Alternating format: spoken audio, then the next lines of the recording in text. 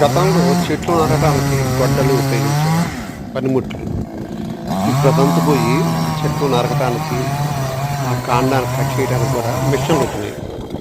2, 3 నిమిషాల్లోనే గంట చేసే పని తీసేసి ఒకేసారి చేసే అవకాశాలు వస్తున్నాయి. చూడండి ఇక్కడ యాప చెట్టును ఆయన కట్ చేయడానికి మిషన్ ఉపయోగించాడు. అది పెద్ద శబ్దం చేస్తూ కోసేస్తుంది. ఇప్పుడు జనం ఎట్లా తయారంటే కష్టపడి అవసరం లేకుండా చాలా తక్కువ సమయంలో కష్టపడి చేసే దానికి కూడా రావాలి.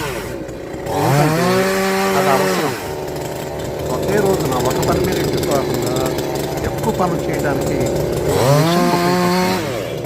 ఇలా కాకుండా ఒక వ్యక్తి గొడ్డలతో నరకాలంటే చెట్లు కట్ చేయడానికి పొద్దున్న సాయంత్రం కూడా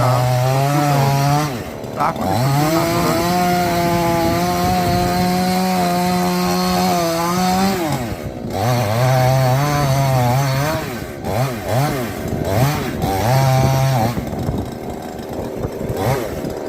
యంత్రాలతో పనిచేయడం చాలా సులభమైపోతుంది. ఎందుకంటే ఇవాళ దాని అవసరం కూడా అర్థం అవుతుంది. ఒక వ్యక్తి ఒక పూట ఎక్కువ పని చేస్తే కానీ ఆ ఫలసాయం ఎక్కువ వస్తే జీవితానికి కావాల్సిన అంశాలు తీసుకొస్తాయి. అందుకోసమని ఈ విధంగా మిషనరీతో పనిచేస్తుంది. సత్తూరు పైన ఒకడు ఒక చెట్టుని 2 నిమిషాలు కట్ చేసేస్తాడు. అది గొడ్డలతో నరకాలంటే ఎక్కువ సమయం పడుతుంది, ఎక్కువ శక్తి కూడా ఉపయోగించాలి. అలాగా ఇక్కడ అవసరాన్ని బట్టి ఈ యొక్క మిషన్లో ఉపయోగించుకునే అవకాశాలు తక్కువ సమయంలో పని పూర్తవుతుంది. అలాగే ఎక్కువ సమయంలో చేయాల్సిన తక్కువ పని చేసినప్పుడు ఫలసాయం కూడా ఎక్కువ.